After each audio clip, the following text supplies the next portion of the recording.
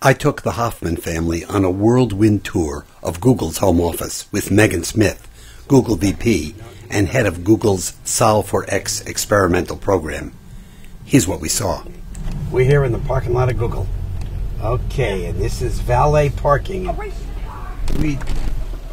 We desperately need valet parking.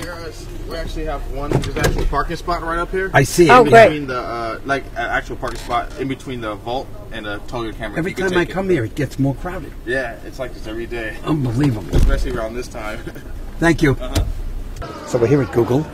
Just look at the age and the faces of the people. If you want to know what fun is, just as we walk along, see how old the people are who work here. You can get your hair cut. Get in, get out. Get in, get out. A haircut truck. Look, they're serving food outside here. Does anybody work here? They're all eating. Yeah, dinosaur. Hey, a model of a dinosaur. Hanging off of it. With flamingos. There's only one Google in the world. I have never been in a company like this place. I've never been anywhere, anything like this. Sign up, There she is, Megan Smith. These people are all taking tours here. See, David has the current searches. So that's the screen of searches, 1/10 of 1%, or 1/1000000000 of 1% of the searches. Look at those things. Oh, I see. So Legos. Why do you think we chose those colors? Legos. So when they first were at Stanford as students, Larry and Sergey needed to make a structure for holding. They had this different idea, which is, you know, when you type with search, like you go like this, which we searched for. Search David Hoffman. Okay. Here are some of the pages. There's 93 million results for these words. They could be about different things, but these are the ones we think are the most relevant. The computers back behind the scenes, you wouldn't think Google's a computer company, would you? But we actually make huge, tons and tons and tons of computers. Like this is the early web page of Google. So it just looked like this. It looked really similar in a lot of ways when they began, and so the search traffic just grew. Use of cheap components was born out of necessity. So you just took They didn't stuff have that already money. exists. You didn't make a special thing. You took what you could just, the parts you could find. It was so radical, unbelievably radical. And so instead of, so you could have lots of failures, rather than having a perfect machine, you just make a bunch of them, and then if one breaks, it doesn't matter. And my friend Jason made this thing, it's called Liquid Galaxy. And so he just took the Amazing Google Earth software, but then he put all these screens so you could really go inside it. There's a Colosseum. See, you're in Rome. We'll start at Stonehenge. Stonehenge. Go to England, right there. Okay, so you can zoom around. So just see if you can move forward. I don't know how to use this on. Yes, It's I think it's just using Stonehenge. it's You like come the over this Oculus highway, Rift and there it without is. the Oculus Rift. That makes sense. Henry's very into the Oculus Rift. Down the road and pull around. Places. Okay, you want to see where the rover was? Sure. Okay, so check out your This would be the dream purchase for your home.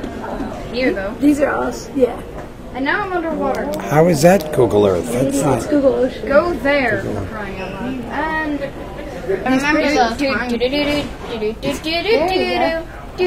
So this is searching that's happening in the world. So each dot represents a certain amount of searching. And so you can see, like, here's parts of, looks like Hawaii. Yeah. And there's New Zealand. See all the places that are not Australia. searching. Yeah, so Japan. You know, you see little stuff, but there's not that many people. Each search represents a lot. Indonesia. Here's India.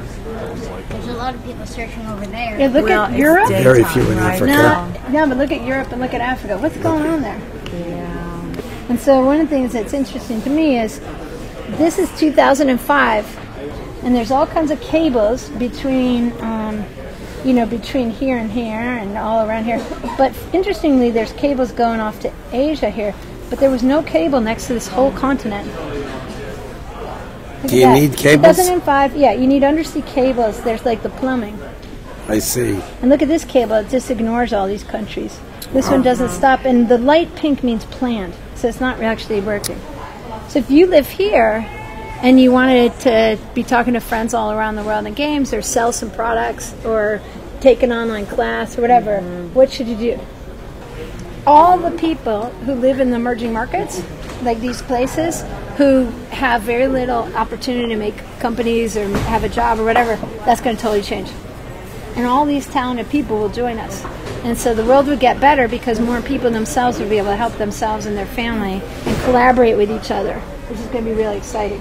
The Dalai Lama, Tibet's husband, scrapped plans on Tuesday to attend the 80th birthday, and so instead, because of, this is their advertisement, because of Google Plus, he joined via Hangout, and that's them thanking Google for allowing them to have a birthday together via Hangout. South Africa would not give the Dalai Lama a visa, so Google just hooked him up via Hangout, and they got to see each other. One of the rules is you can't have an office alone.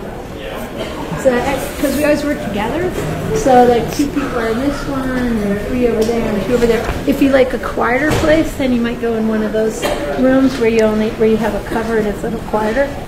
Different. And these are all workspaces, or these are People are meeting and doing meetings there.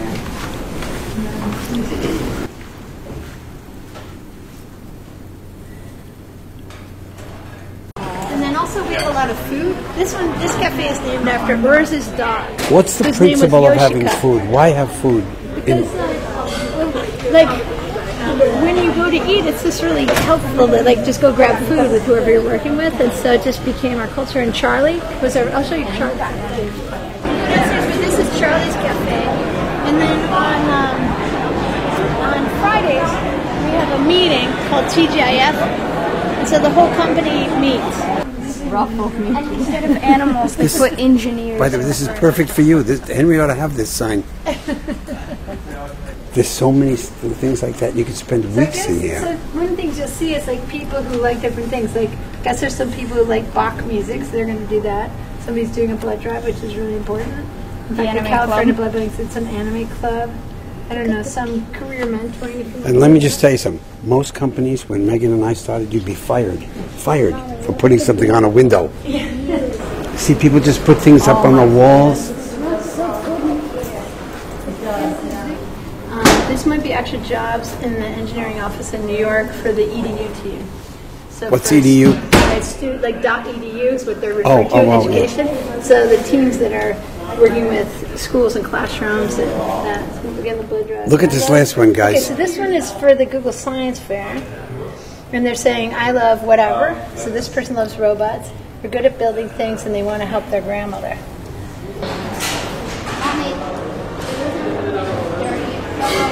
Oh, we're right there. Chocolate cookies, cherry brownies. wow. Reese's bar, and that's a coffee noodle. They try to put all this stuff in the micronutrient that's bad for you down below.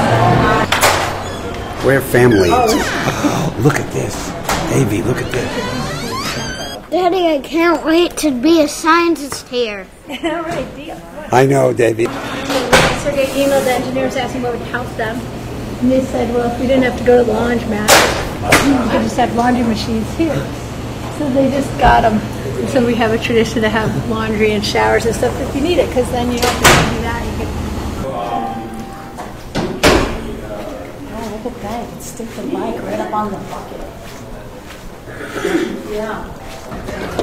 This is like our main, this is our main headquarters.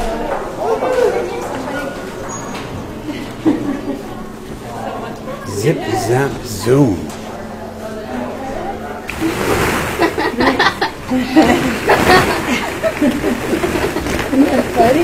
I think the first step is you have to take off your tie, so they're way behind in that. Like, the first attitude is like loosen One the time Eric space. sent out the dress code of Google. It's you must wear clothes. Davey, there's a Google bike. They have these different bikes around that you ride to go between the buildings. So when the water turns on, the water moves. And the water moves and you just swim, you sort of swim, it's like you're in place, but How many people work here? at Google total, it's 40 or 50,000, and I think gotta be at least 10 or 15,000 here, I'm not sure. Goodbye, Google. I don't want to leave. I'm still hungry. Oh, it's the food that drags you. Oh, well, I understand that. I think it's a wonderful environment to create. What'd you think, Hyde? Well, I think that, first of all, I've never seen so many people smiling at work. That is a big deal. And working in groups so beautifully. And of course, you know, Megan makes everything interesting. She has great stories. She showed us really interesting stuff. And Megan has such wonderful, positive energy. I could just follow Megan around all day. So what about you, young man? You were the guy I was really taking to Google. What'd you think? I'm hungry. We Hoffmans would like to thank Google, and especially Megan Smith, for this extraordinary adventure. And we wish Google and Megan good fortune with all of their efforts.